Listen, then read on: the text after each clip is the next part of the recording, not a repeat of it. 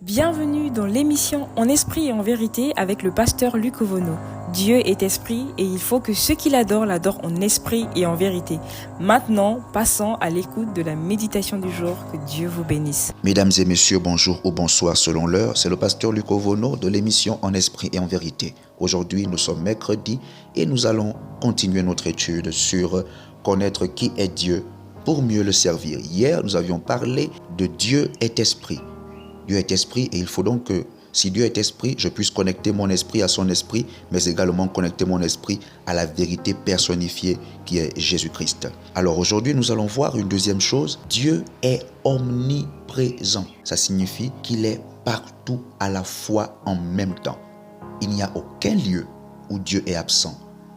Donc Dieu est présent partout. Seul dans une seule chose, Dieu n'y est pas. C'est le mal. Dieu n'est pas dans le mal, Dieu n'est pas dans le péché. Dieu n'est pas dans le péché, il n'est pas dans le mal, mais il voit le mal que je fais, il voit le mal que tu fais. Il est omniprésent, il est partout à la fois. Lorsque tu fais du bien et même lorsque tu fais du mal, il te voit, il est présent, il en est informé. Il est au courant de tout ce que je fais et que tu fais dans le secret. Voici pourquoi nous devons le craindre. Lisons les psaumes, chapitre 139, versets 7 à 10. Il est écrit: où irai-je loin de ton esprit et où fuirai-je loin de ta face? Si je monte aux cieux, tu y es. Si je me couche au séjour des morts, t'y voilà. Si je prends les ailes de l'aurore et que j'aille habiter à l'extrémité de la mer, là aussi ta main me conduira et ta droite me saisira. Amen. Voici un verset qui nous montre clairement l'omniprésence de Dieu. Personne ne peut le fuir. Personne ne peut se cacher. Il est présent. Quelqu'un a dit, il est présent même sous un caillou noir, dans un trou noir. Il voit, il est présent partout à la fois. Hébreux chapitre 4 au verset 13, la Bible dit: nulle créature n'est cachée devant lui, mais tout est à nu et à découvert aux yeux de celui à qui nous devons rendre compte. Ces versets sont tellement effrayants que nous devons chaque jour nous examiner, chaque jour nous examiner devant sa présence en disant: Seigneur, s'il y a quelque chose que j'ignore, qui ne te glorifie pas, ôte le mal de mon cœur, ôte le mal de mes pensées, ôte le mal de ma vie. Nous sommes en jeûne et en prière de 40 jours. Aujourd'hui, nous affrontons le 10e jour et nous sommes en train de demander à Dieu d'enlever le mal du milieu de nous, sortir définitivement du mal, car Dieu est partout, sauf dans le mal.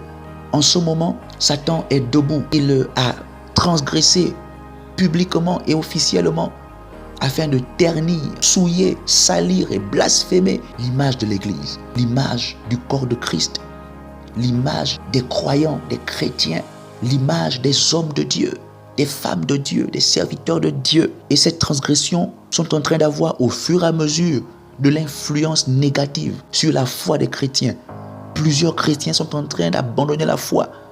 D'autres sont en train de faiblir dans les temps de prière, dans les temps de lecture, dans les temps de méditation de la parole de Dieu, dans les temps d'évangélisation, dans les temps des réunions de petits groupes, de cellules de maison. Et en ce moment, il y a quelque chose, une tendance qui en ce moment est en vogue sur les réseaux sociaux.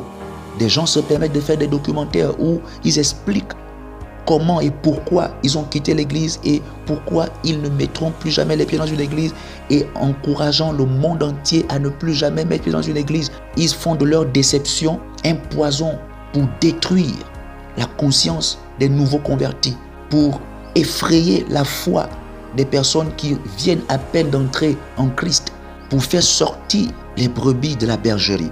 Ils expliquent par A plus B comment ils ont été déçus par un pasteur, par un prophète, et comment ils ont quitté l'église, et comment l'église est dangereuse, et comment ils ne mettront plus jamais les pieds dans une église. Mais soyons conscients, imaginez-vous un enseignant qui quitte l'éducation et puis qui fait un documentaire pour dire: je vous explique comment j'ai quitté le secteur de l'éducation et comment je ne mettrai plus jamais les pieds dans une salle de classe ou dans une école.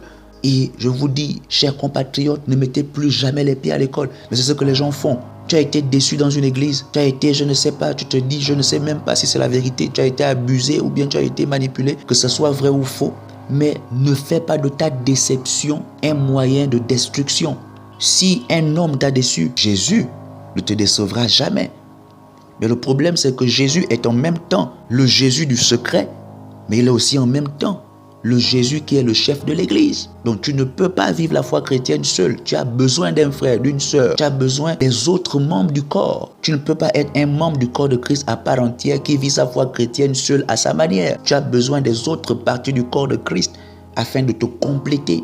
Parce que Christ vient chercher l'église. Il ne vient pas chercher une personne, il vient chercher l'église. Il vient chercher l'ensemble des croyants qui croient en lui, qui ont une relation premièrement personnelle avec lui, mais en même temps qui ont aussi une relation communautaire avec les frères, car il est doux et agréable pour des frères de demeurer ensemble. Alors, sur ces paroles, je vais encourager quelqu'un. Tu as été déçu, ok. Tu as été peut-être abusé quelque part. Tu as été dominé, je ne sais pas, par tel ou tel serviteur de Dieu entre griffes ou telle église. Mais ne baisse pas les bras. Recherche une église où tu vas adorer le Seigneur avec un cœur sincère, avec les frères et sœurs. Ne reste pas chez toi. Sinon, tu deviens une destruction pour le monde et pour le corps de Christ. Tu vas sécher. Parce que si tu n'es pas connecté aux autres, si tu n'es pas connecté aux autres parties du corps, tu vas pourrir. Tu vas te dessécher et tu vas commencer à vivre la foi à ta manière. Tu vas commencer à rafistoler la foi à ta manière. Mais Dieu ne pourra pas te chercher si tu n'es pas un membre du corps qui est l'Église. Alors Dieu est présent, il te voit et il est capable de te relever. Dieu est présent, il voit l'amertume de ton cœur et il est capable de te guérir. Laisse cette déception passer et laisse le Dieu omniprésent être présent à nouveau dans ton cœur et te conduire dans sa maison avec les frères et sœurs afin que tu retrouves cette joie, que tu retrouves cet épanouissement, que tu retrouves cette paix de servir Dieu en esprit et en vérité avec les autres. Que Dieu te bénisse, que Dieu te fortifie, que Dieu te relève. Je m'adresse aussi à quelqu'un qui est dans l'église, mais tu sens comme si tu es en train de baisser dans la foi, tu es en train de diminuer. Ta vie de prière diminue de jour en jour. Ta vie de lecture de la parole de Dieu, de méditation, diminue de jour en jour. Ta vie d'évangélisation baisse de jour en jour. Ça fait longtemps que tu as gagné une âme à Jésus-Christ. Je prie pour toi et je déclare que le Dieu omniprésent te visite maintenant et tu reçois une force et un zèle renouvelé et tu retournes en force dans les activités qui font de toi un chrétien, une chrétienne épanouie et fructueux au nom puissant de Jésus-Christ. Amen. Que la grâce de Dieu soit sur vous. Aujourd'hui, nous venons de voir que Dieu est omniprésent. Il est partout à la fois. Il voit tout ce que nous faisons en bien ou en mal et il nous jugera. Que Dieu vous bénisse. Amen. Nous avons été bénis par ce merveilleux message. Partageons-le au plus grand nombre afin que nul ne soit privé de la grâce de Dieu. C'était le pasteur Luc Ovono dans l'émission En esprit et en vérité. Que Dieu vous bénisse et à la prochaine.